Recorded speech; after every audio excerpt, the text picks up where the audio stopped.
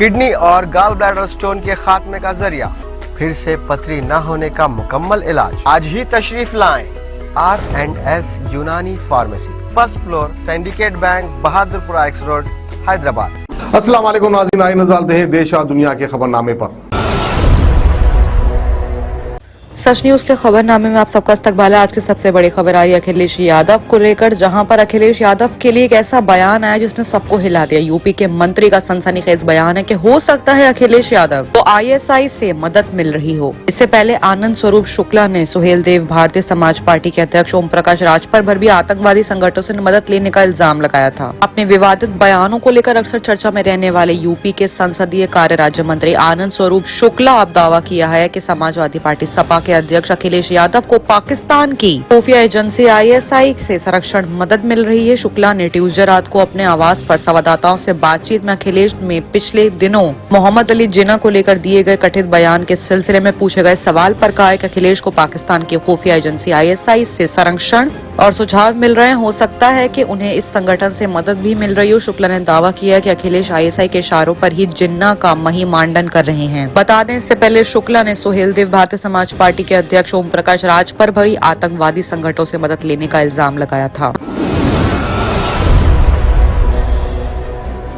वहीं बात अगर सिद्धू जी की करें तो कैप्टन दगा हुआ कारतूस है, फ्रॉड है। सोनिया गांधी को लेकर अमरिंदर सिंह के खत पर बोले नवजोत सिंह सिद्धू। कैप्टन ने राज्य कांग्रेस प्रमुख नवजोत सिंह सिद्धू के विवाद के चलते सितंबर में पंजाब के मुख्यमंत्री पद से इस्तीफा दे दिया था। कांग्रेस अध्यक्ष सोनिया गांधी के लिखे लेटर में सिंह ने मुख्यमंत्री रहते हुए अपनी उपलब्धियां गिनाई हैं। उन्होंने कांग्रेस की पंजाब इकाई के नवजोत सिंह सिद्धू और पार्टी के वरिष्ठ नेता हरीश रावत पर भी निशाना साधा है। इस खत पर नवजोत सिंह सिद्धू ने कैप्टन अमरिंदर सिंह को दगा हुआ कारतूस बताया है। उन्होंने कहा कि कैप्टन एक दगा हुआ कारतूस है, वो एक धोखेबाज है। अब वो दावा कर रहे हैं कि मंत्री अवैध खनन में शामिल थे, फिर उन्होंने कार्यवाही क्यों नहीं की? वो एक कायर इंसान है।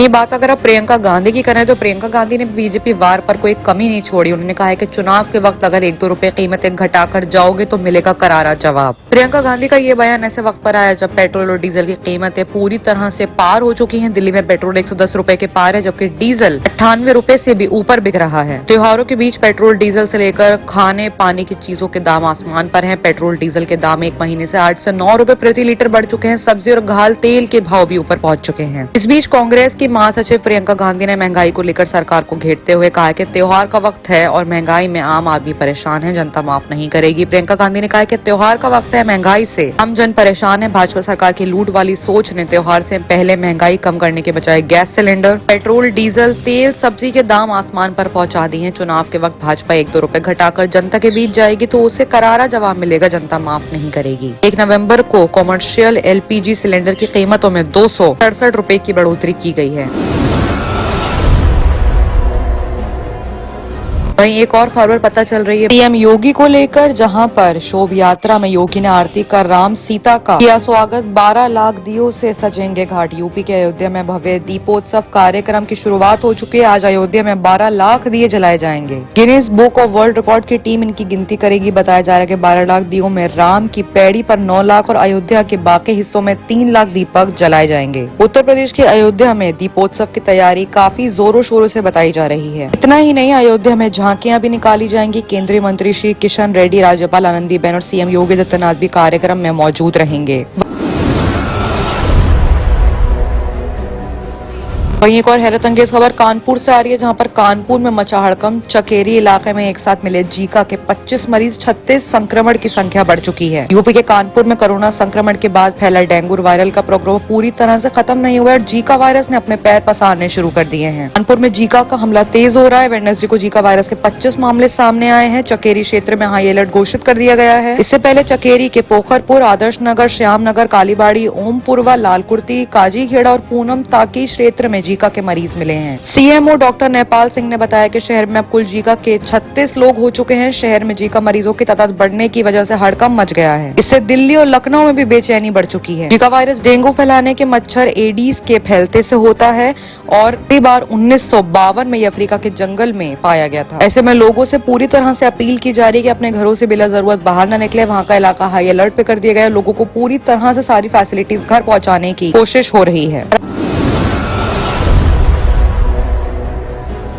आइए बात करते हैं इंटरनेशनल खबरों की, जहां पे सबसे बड़ी खबर तालिबान से आ रही, जहां पे तालिबान को अब तक का सबसे बड़ा झटका मिला है। आईएस ने मेन कमांडर को मार गिराया है, पाक के गुलाम हक्कानी की टूटी कमर। आतंकी संगठन इस्लामिक स्टेट ने अफगानिस्तान में वापसी करने के वाले तालिबान की नाक में दम कर दिया। जब से अफगान में तालिबानियों का राज हुआ है, तब से इस्लामिक स्टेट ने हमले तेज कर दिए हैं। ट्यूसडे को तालिबान राज में पाकिस्तान के चारों पर नाचने वाला आतंकी संगठन हक्कानी नेटवर्क को उस वक्त बड़ा झटका लगा जब काबुल हमले में खास कमांडर मारा गया। अधिकारियों ने वेडनेसडे को कहा कि काबुल में इस्लामिक स्टेट द्वारा हुए हमले के जवाबी कार्रवाई के दौरान मारे गए तालिबानी के सैन्य कमांडरों में हमदुल्ला मुखालिस भी शामिल था, जो हक्कानी नेटवर्क का काबुल कमांडर था। हक्कानी नेटवर्क का अहम सदस्य और बर्दरी कोर के विशेष बलों का सीनियर अधिकारी हमदुल्ला मुखलिस तालिबान की अफगान में वापसी के बाद से मरने वाले सबसे सीनियर अहम शख्स था।